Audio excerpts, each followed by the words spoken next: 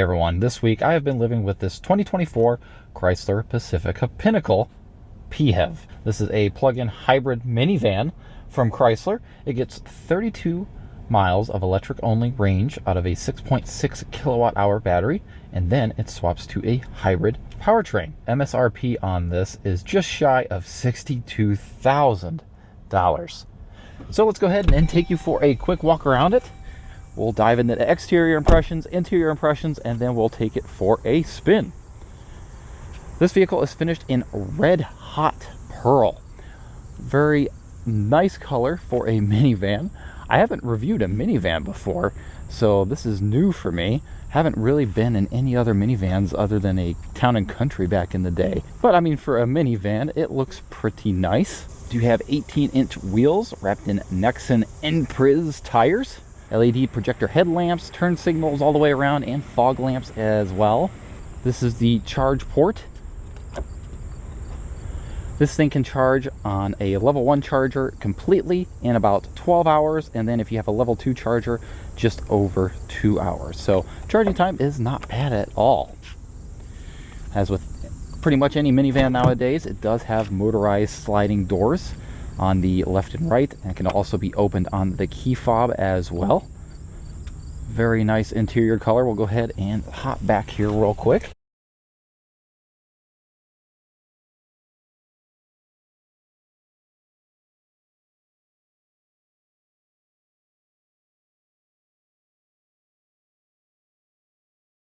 Do not pay your next car insurance bill. Repeat, do not pay your car insurance bill yet. So I found this website and look at the difference. $233 a month. Now, I thought this was the best they could do, right? Don't even look anywhere else. This is the best price.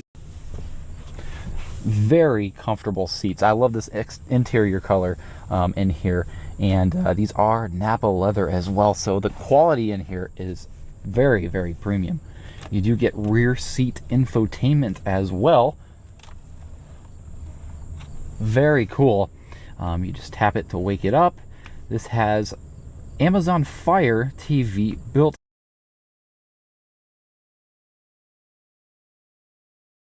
This thing has a 20 speaker Harman Kardon stereo system, which we will. I did not cover that this does qualify for the $7,500 EV tax credit as well. Obviously that varies on location, so check with your dealer on that. So might knock that $62,000 MSRP down pretty substantially. I think that about covers all of the tech and things in this minivan. So let's go ahead and take this for a spin. And before we do that, please be sure to like the video. It helps me out as a smaller creator and pushes this video out to others so that they can see it. And you guys all know how that YouTube algorithm works. And if you enjoyed it even more than that, please consider subscribing as well. I publish car reviews weekly, and I got a pretty strong lineup for you guys coming soon. I appreciate all the continued support and the comments. I really enjoy reading comments, guys. So, leave a comment whether you like the car, whether you don't like the car. I just love reading them a lot and responding to them. So with all that being said, let's go ahead and take this for a spin. I can't quite figure out a way. Sometimes you don't just want to use the battery. You want to conserve the battery for later. And, some of the other plug-in hybrids, I was able to, press like a hold charge button and just use the engine to just putz around in and save the battery for later. I can't figure out a way to do that on this car. It's not in the settings. It's not buried in the infotainment. I have to apologize a little bit for the sun there. I shot this video a little bit later than what I wanted to, but lots of torque. It's front wheel drive. And then if, the electric motors don't provide enough torque for you, the engine will automatically kick in to get you the power that you need to get going. Now, we're on a gravel road. These roads are absolutely trash around my area, and it does have a fair bit of road noise for the price point. I wish it was a little quieter, but it rides really good over bumps and expansion joints on bridges.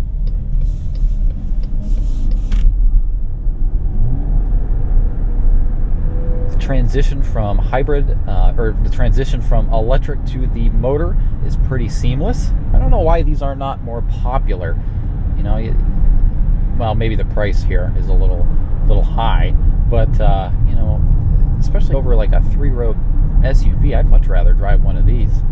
You know, it could be the styling, but this is a way more practical. No rattles, no squeaks on the interior this week. I've been averaging 32 miles a gallon combined. I still work a 9-to-5 job, so I was able to just do my daily commutes to work and back on electric, which is actually nice.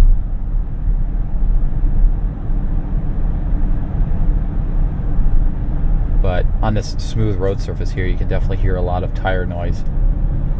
You honestly don't really hear a lot of wind noise, but I really wish there was a little bit more sound deadening, at least on the wheel wells, or maybe a different set of tires would help. And you do have adaptive cruise control as well, which is controlled right here on the steering wheel. You have the option to select, adaptive cruise control or regular cruise control, which I like. It's very simple, very intuitive, and easy to use. Change your following distance here. And there's a bunch of different menus you can scroll through for the center stack. I mean, you've seen this on other, Dodge products. It's pretty much the standard corporate, Stellantis infotainment and, center gauge cluster there. No surprises.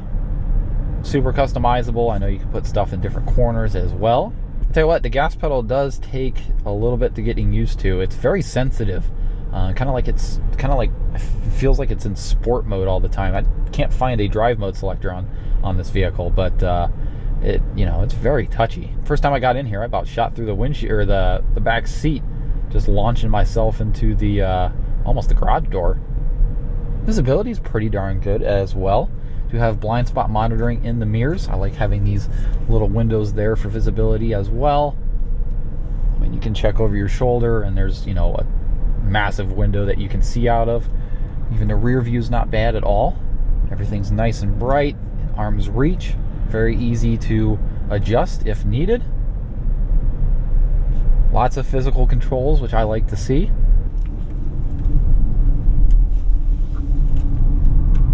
Oh my gosh. Yeah, it's a minivan. It's not going to handle really well, but tons of understeer there. These tires were barking. Its electric motors are actually quite powerful. Usually with these PHEVs, I tend to find that the electric motors are kind of sluggish around town, and depend on a lot on the gas motor to really get you going. But this does actually a pretty good job. It has enough power to get out of its own way. It doesn't feel super heavy at all. A little bummed that this does not have lane.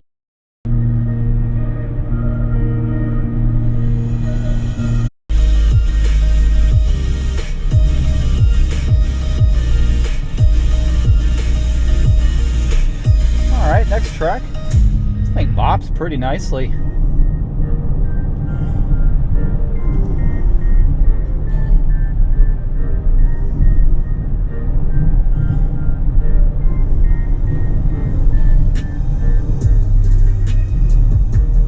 Alright.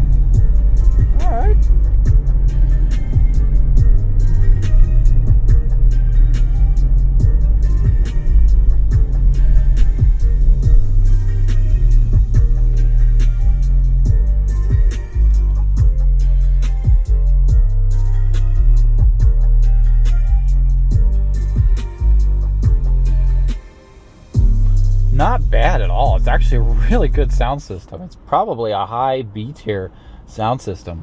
It's really good. I can't imagine popping a Blu-ray in here and sorry guys if I made you motion sick going back and forth, but I want to make sure I don't get blasted. But I'd love to pop a movie in here and experience what the sound would be like. It'd be pretty crazy. It's really good. Really impressive. Say really the only real big detriment this vehicle has is the tire noise. It's pretty loud. It's for the price point. It's not as loud as my Honda Civic, but for the price, definitely expect some refinement there. Love to drive a Toyota Sienna and really compare those. I know they have literally recliners in the back seat, which is pretty cool. Love to compare and contrast those. All right, let's do a quick 0 to 60. Come to a complete stop. And floor it.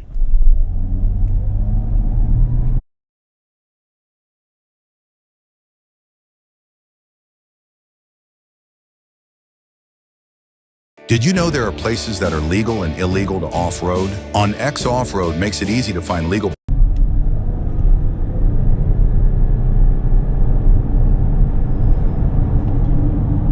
Does take its sweet time for sure. Definitely not the fastest out there. But honestly, just putzing around town and stuff, it's fine. Could use some more, but it's fine.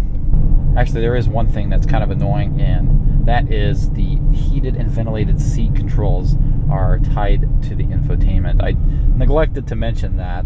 I wish there were physical buttons down through here. There's space for them, guys. That would have been so nice to have. I know I talked about having physical controls everywhere, but that is one thing that's kind of missing. That's kind of a bummer. This does have a heated steering wheel as well. And these ventilated seats are actually quite good. One of the better ones I've tested. I just got out of a $68,000 Lexus that the ventilated seats just made a bunch of noise and did absolutely nothing. And this one's actually doing a really good job cooling me down. Actually, this is up there with one of the best ventilated seats I've used to date. Overall, you know, first impressions, this Chrysler Pacifica minivan is pretty darn nice. These ventilated seats are pretty loud though.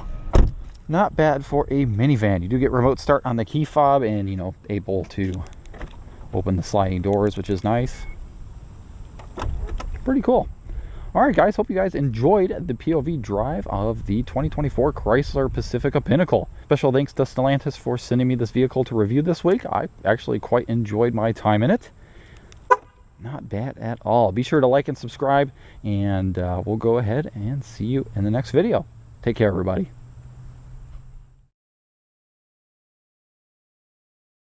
And it's time for Lefties Losing It. The fake news media is really hitting new lows. So eager to restart